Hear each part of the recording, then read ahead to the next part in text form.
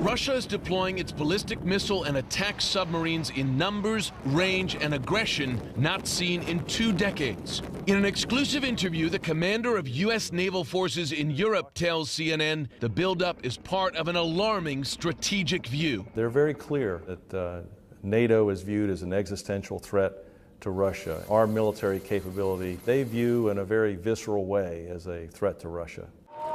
Adding to U.S. concern, Russia is deploying new submarines that are harder for U.S. naval forces to track and detect. Following years and billions of dollars in investment, they are quieter, better armed, and have a greater range of operation. The submarines that we're seeing are much more stealthy. They're acoustically quieter. We're seeing them have more advanced weapon systems, missile systems that can attack land at long ranges. The increased Russian sub-activity is backed by a much broader military expansion. Russia is adding or upgrading some 12 naval bases across the Arctic Circle, expanding its capability to send subs in numbers through the crucial Greenland-Iceland-UK gap into the Atlantic and closer to U.S. and NATO territorial waters. Moscow has also newly stationed 6 submarines in the Black Sea, giving Russia new capability into the Mediterranean. The U.S. believes the new activity is designed to deny NATO, including the U.S., the ability to operate within Russia's so-called near abroad.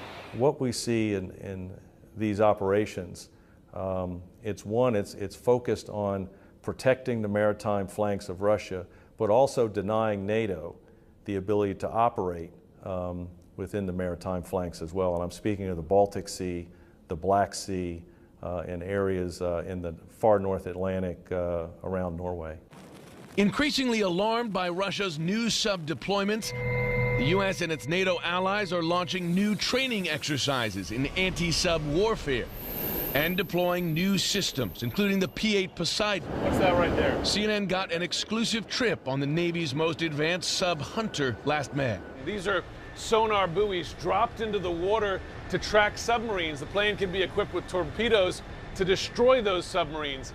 Russia's growing military activity extends above the surface as well. A Russian fighter jet's flyby of the USS Donald Cook this week, coming within 30 feet laterally and 100 feet vertically, is behavior that U.S. naval commanders have not witnessed since the Cold War. We had issued radio calls in both English and Russian, and the aircraft didn't respond and proceeded on a course directly at the ship. So while we've seen these interactions before, this one was different because of the proximity to the ship, the altitude, and the flight path that it took.